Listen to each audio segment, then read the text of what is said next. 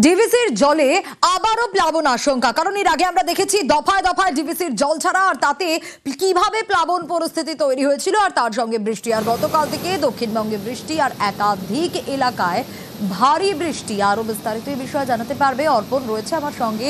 অর্পণ, একে তো বৃষ্টি, তার উপর এবার দুর্গাপুর ব্যারেজ থেকে ডিভিসির জল ছাড়া। একেবারে দক্ষিণবঙ্গ জুড়ে যেভাবে বৃষ্টি হচ্ছে এবং ভারী বৃষ্টির জেরেই কিন্তু দুর্গাপুর ব্যারেজ থেকে কিন্তু আজকে 59,000 কিউসেক জল ছাড়া হয় ইতিমধ্যেই।